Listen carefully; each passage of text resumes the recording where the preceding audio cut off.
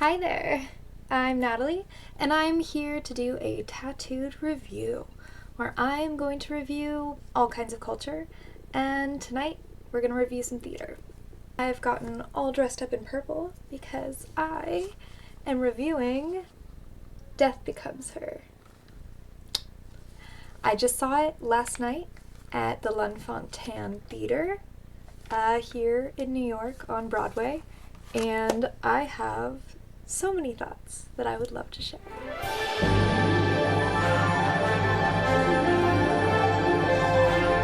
I absolutely loved it. I think that it was one of the best original musicals I've seen in quite a while, especially in the Broadway scene. I think that I see a lot of things that I love off-Broadway, but it's more rare for me to see a show on Broadway that's a musical that really excites me. I think that this show is absolute camp perfection.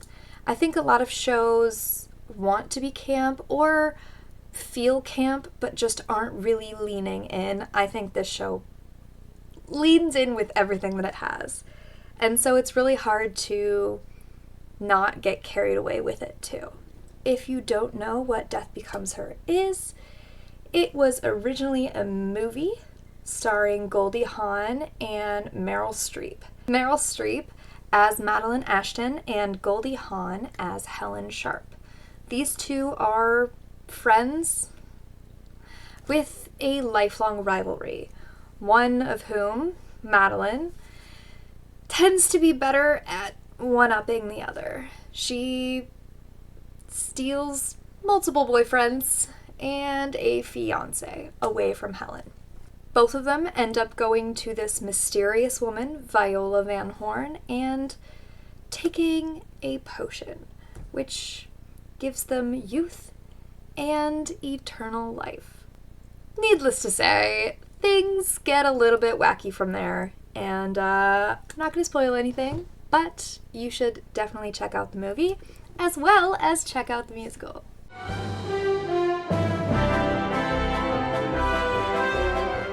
The vibes of the show when you walk into the theater are immaculate. I love a show that really does full spectacle, where it comes out into the theater beyond the stage. So for here, it wasn't like super intense, not like Moulin Rouge, but there was purple lighting, and then there was a giant like Death Becomes Her logo in the center of these beautiful purple curtains. It was just gorgeous. The purple lights were such a fun vibe, and it just got us all really excited for the show to start. Once the show did start, like once the overture music started playing, I felt like a little kid again. I felt that like pure excitement that you get when you're not jaded, when you're really excited to see something, and it was like Christmas morning for me. I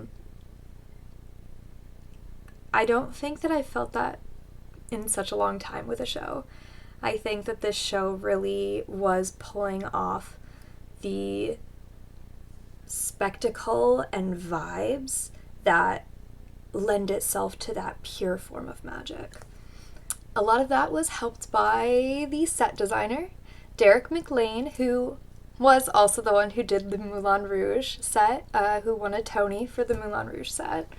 And this set is absolutely gorgeous. I think that it really hits on that, old school Broadway spectacle. I think that a few shows understand spectacle, and some shows don't need it. But I think a lot of musicals have felt a little smaller and toned down recently, and I think a lot of people have been missing that like over-the-top Broadway feeling, and I think this show absolutely nails it. The costumes also assist with that. They are designed by Paul Tazewell, and they are just stunning, so beautiful. Of course, our leads are in beautiful rhinestone-covered gowns for most of the show, And our ensemble for a lot of the show are in like Mugler illusion bodysuit style costumes. Very beautiful, very hot. Everyone looks so gorgeous. And it really accentuates the movement that they're doing. And I think that it allows for a lot of beautiful choreography because there's not like big skirts in the way. That choreo is done by the director as well, Christopher Gatali. And it's just gorgeous. In watching the ensemble, there were a couple of ensemble dancers that really just like stuck out to me, that every time they were on stage, I kept finding my way back to them because they were just so stunning. For me, it was Sarah Meal and Colton Krause.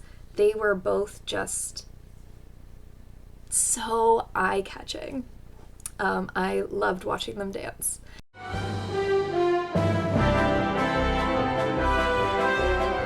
The show itself, beyond aesthetics, is pretty solid, actually. The writing is really quick. It's so funny. I think that having a whole audience laughing out loud for most of the show is very rare. And it, I don't think it's the same kind of humor, but it felt to me almost like sitting in a Mel Brooks musical. Like the last time that I sat in Young Frankenstein was kind of that vibe of like everyone laughing throughout the show. And I think that it's been really rare to see in a musical lately for it to be super witty and quick and have the entire audience really on board with them. I think that that was absolutely assisted by the fact that a large portion of the audience was queer.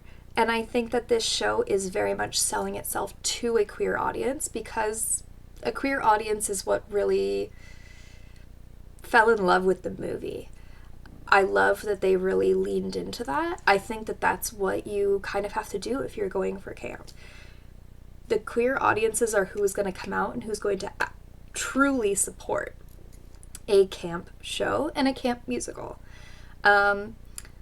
This show really does that. I mean, the second number in the show is called For the Gays, as in for the gays with a Z-E, but also for the gays.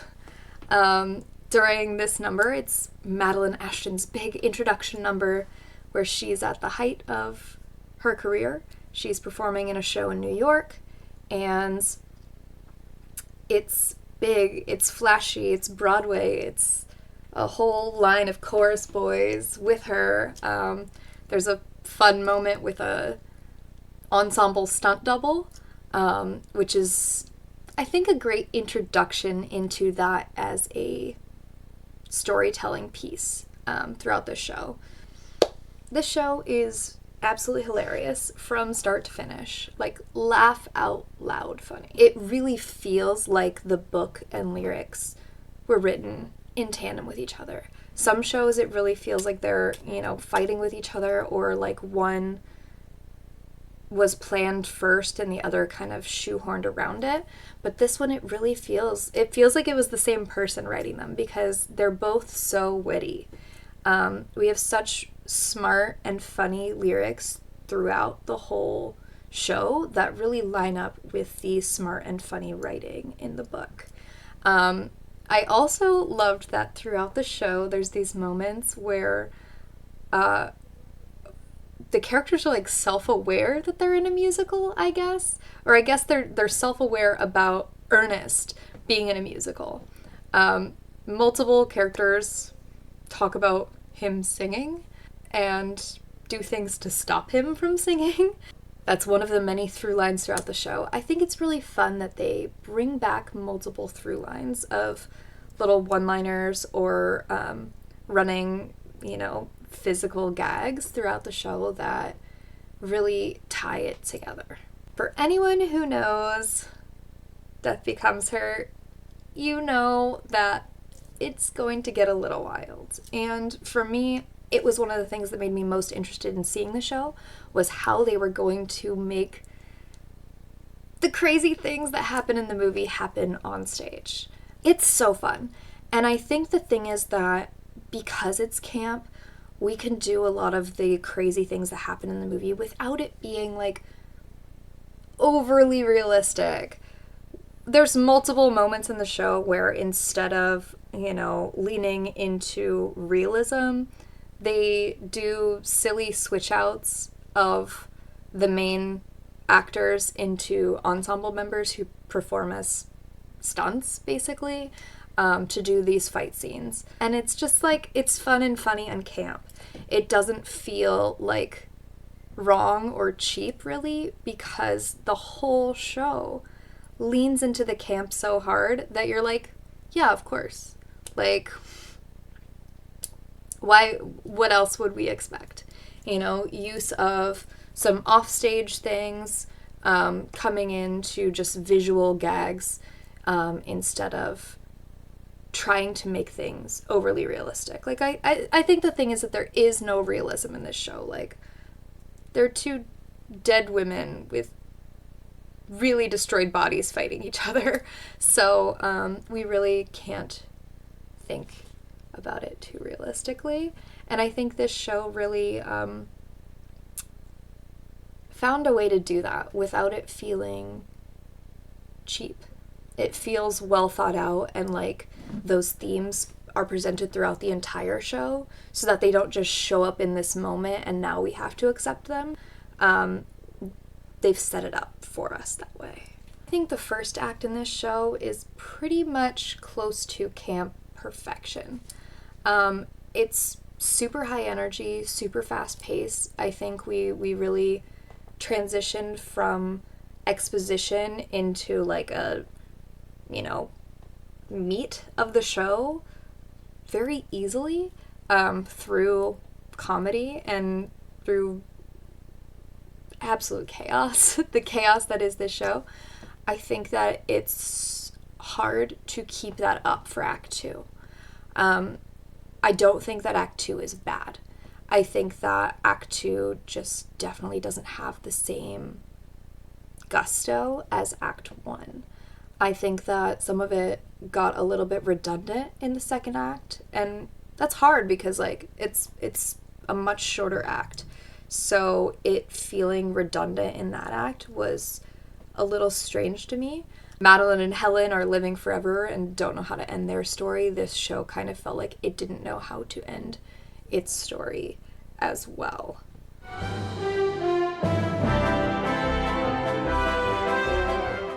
Madeline Ashton in this show is Megan Hilty, and she is just incredible. She is so funny, such an incredible singer. Just, I live to watch her. However, she's not really doing backflips and splits and all kinds of crazy things. And so having a double wear the same costume as her and come in and do those things, very silly, very camp, and I think set us up for a show where we accept that that's part of the narrative. Helen Sharp is played by Jennifer Smard, and she is just I think that both of these women are just so incredible, and pairing them together is jaw-dropping. Throughout the entire show, their chemistry, their rivalry, their friendship is just like overwhelming. It's so overwhelming. I love both of them. Such a big fan. The man that they are fighting over, Ernest Melville, is played by Christopher Sieber. He was fabulous. And then our Viola Van Horn, who sells these women their eternal potion, is played by Michelle Williams, of Destiny's Child fame. She, for me, was the weak part, not as a vocalist, absolutely not, but acting-wise, it's really hard to say because I think the character also has very little to give. In the movie, she's very mysterious, we barely see her, and she just has this air of mystery. In this, we see her a bit more. But I just don't think her character's really any more fleshed out than it was. But because we see her so much, I think it loses some of that air of mystery and just feels a little more flat than mysterious. However, when our other two female leads are so strong and so funny, I think that makes it a little more, apparent than it necessarily would be.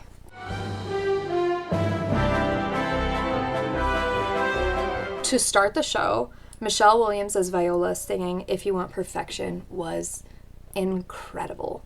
Like, incredible. Her coming out alone, singing about, how she has a secret that people would kill for or would die for. Incredible. I think that she really, in that number, gave all of the mystery that I wanted of Viola Van Horn. I do think that when we actually meet her, and she sings Sempre Viva, I think that's where her character loses some of the mystery and strength that she had from the beginning. Obviously, the For the Gays number that I talked about, Madeline's number, incredible. It is a Broadway musical in a Broadway musical, and I love it. I love it, I love it, I love it.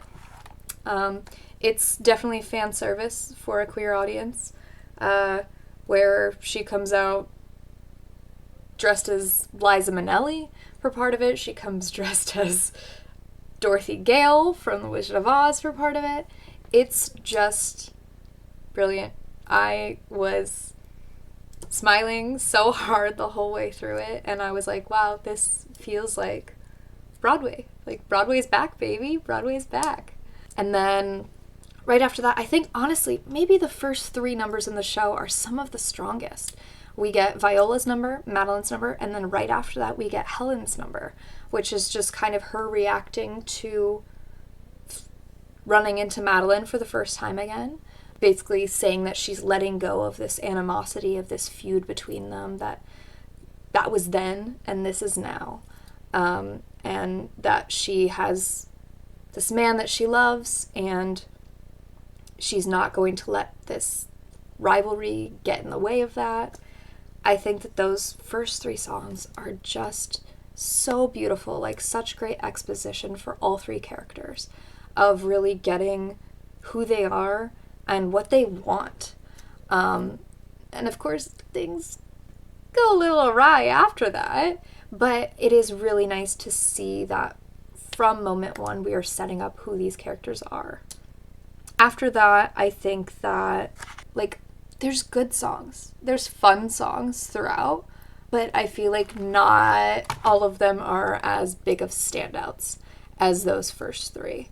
I think by the end, we have two duets in a row between Madeline and Helen, which feels a little tedious, but I understand what they're going for, and I think that they're not bad songs. I'm excited for the album to come out because there's multiple songs that I'll be really excited to listen to more. I also just love revisiting albums of shows and seeing if I was swept away in the magic of the show or if the music is actually just that good. I think for me, I think that the music is not the best music I've ever heard in a musical, but I do think that it's strong, and I think that it holds with the show quite well.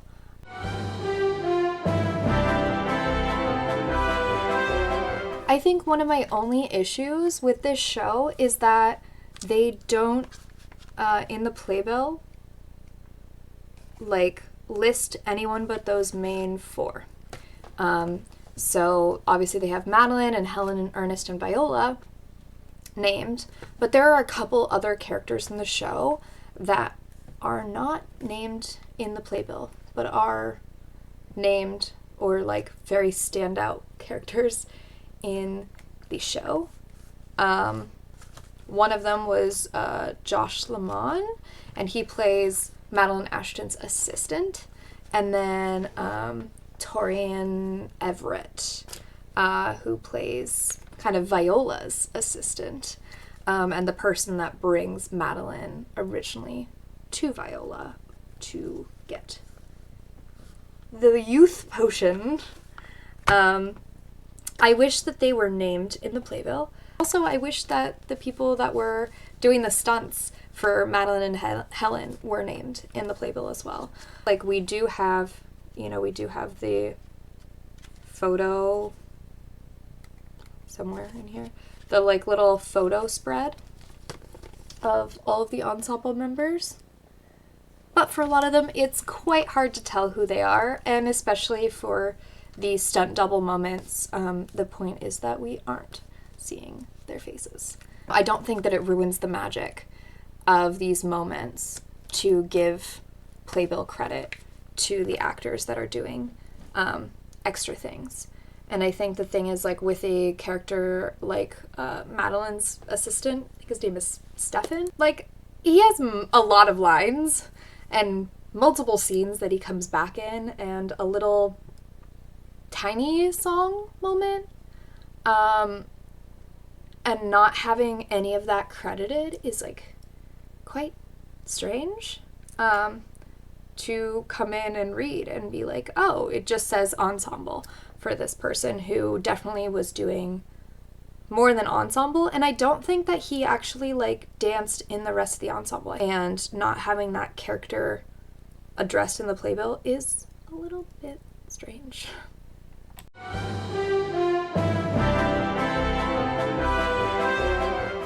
In conclusion, go see this show.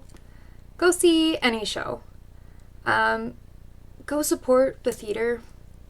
Go support the arts. This was such a fun one. I think that it's a great show for all of us little spooky lovers. I think it's a great show for musical lovers. I think it's a great show for a queer audience. Anyone who loves camp. Anyone who loves fabulous women being terrible to each other. Like, if you like watching, I don't know, any of those reality shows. Some of those mean girl reality shows. Death Becomes Her. Go see it. Yeah, I really do believe in the theater. I believe in the power of theater, and I believe that the more that people come and support theater, the more that theater makes things that we want to see. I think that we have to stand up for what we want, and I get it. I get that a lot of people don't like theater, don't like musicals specifically, and I think that the past couple years on Broadway has kind of solidified that for a lot of people. We haven't really gotten anything edgy. Broadway used to be edgy. It used to have something to say, and it used to do it in ways that would push boundaries. I think that for a while we haven't really gotten that. And I don't necessarily think that this show has anything, like, big to say.